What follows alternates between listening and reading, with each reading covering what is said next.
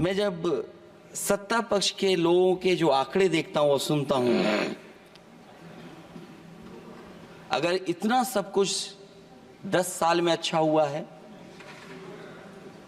तो आप hunger index में कहां खड़े हैं? अगर 10 साल बाद भी यही बात सत्ता पक्ष की तरफ से आएगी कि हम कहां खड़े हैं। आपने बड़ा सपना दिखाया make in India. Uttar Pradesh जैसे बड़े स्टेट से सबसे ज्यादा लोकसभा के सांसद चुने जाते हैं। हमें कोई बहुत बड़ा प्रोजेक्ट नहीं मिला, कोई बड़ा प्रोजेक्ट नहीं मिला। प्रधानमंत्री जी मिले हमें। और अगर कोई सभापति महोदय कोई बड़ा प्रोजेक्ट मिला हो 10 साल में, कोई आईआईएम मिला हो, कोई आईआईटी मिली हो, और जो ट्रिपल आईटी किसी समय पर उत्तर प्रदेश को मिली थी, क्या उसमें क्या सहयोग सरकार की तरफ से हुआ है? न केवल ये संस्थाएं बल्कि गवर्नमेंट जो एजुकेशन की इंस्टीट्यूशंस हैं वो सेंट्रल की तरफ से कौन सी नई आ गई? मेडिकल के क्षेत्र में कोई बड़ा संस्था आई हो? जो 2 एम्स आए हैं, मुझे याद है कि रायबरेली का एम्स भी समाजवादी सरकार में जमीन दी गई, उसके परिणाम है कि वह एम्स बन गया। गोरखपुर में भी जो एम्स आया समाजवादी सरकार थी, जमीन दी गई, तब एम्स आया। और जो एम्स आ भी गए हैं अगर वहां 2, क्या उनमें पर्याप्त इलाज मिल पा रहा है?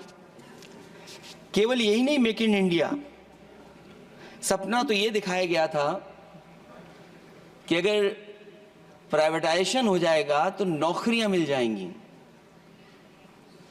कुछ हद तक तो बहुत सी चीजें प्राइवेटाइज हो गईं, लेकिन नौकरियां कम होती चली गईं। और जो सबसे बड़ा सवाल है, जो पीड़ित परिवार के लोगों को जो हक और सम्मान मिलता है, क्या ये सरकार वो दे पा रही है? टैक्स कलेक्शन में सपना दिखा रहे हैं कि हम यहां पहुंच गए हैं। आखिरकार एक्सपोर्ट क्यों कम होता चला जा रहा है? और हम जो ट्रेड डेफिसिट है उसको कैसे खत्म करेंगे?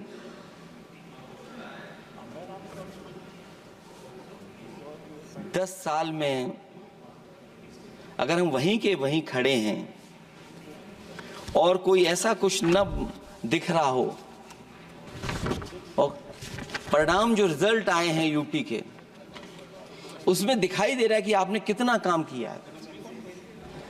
सभापति महोदय, अगर ये सब कुछ अच्छा किया होता तो क्या परिणाम ऐसे आए होते? जहां हारे ही नहीं हैं आप, सीटें ही कम नहीं हुई हैं।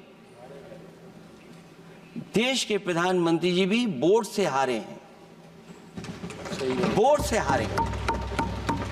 जो कभी 5 लाख तक जीतना था जिन्हें, या 10 का टारगेट बनाया था, कितने से जीते? तो कम से कम इन चीजों को तो देखें। मैं जब सुनता हूं सत्ता पक्ष के लोगों को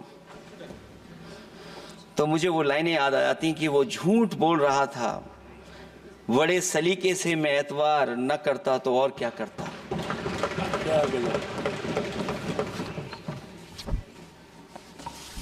मुझे याद है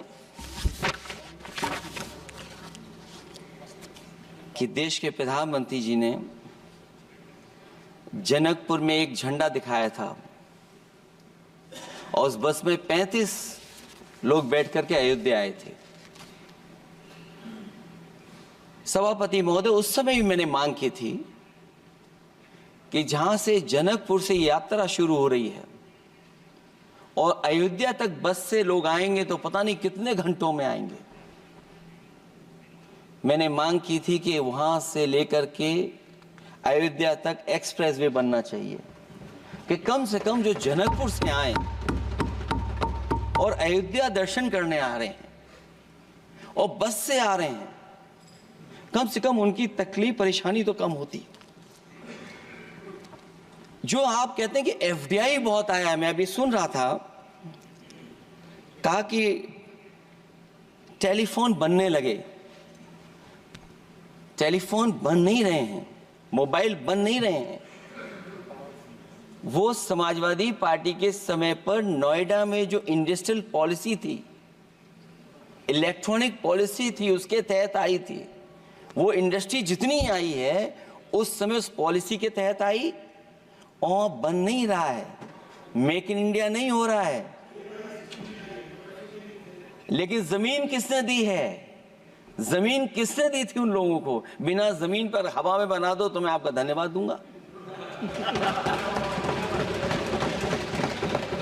उस पॉलिसी के तहत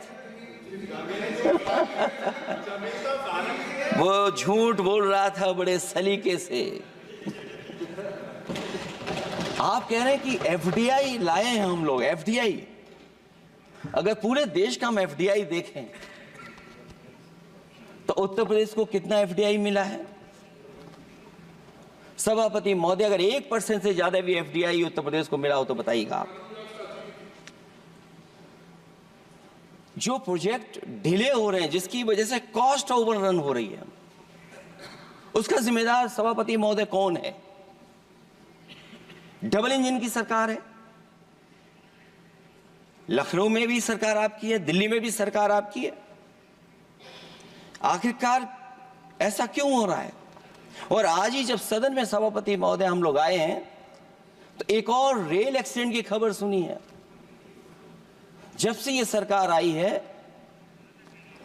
रेल एक्सीडेंट्स और पेपर लीक में कंपटीशन चल रहा है कि कौन आगे जाएगा।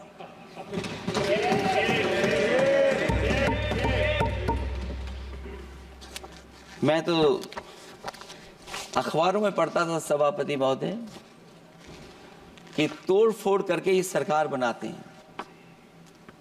अभी एक सदस्य पिछली बार वो तोड़ फोड़ कर करके शायरी भी बनाने लगे हैं। जो प्रोजेक्ट और जिस प्रोजेक्ट के लिए प्रधानमंत्री जी एयरफोर्स का सबसे बड़ा हवाई जहाज हरकुलिस विमान लेकर के आए थे और वो सड़क पर उतरे थे, वो एक्सप्रेस वे पर उतरे थे।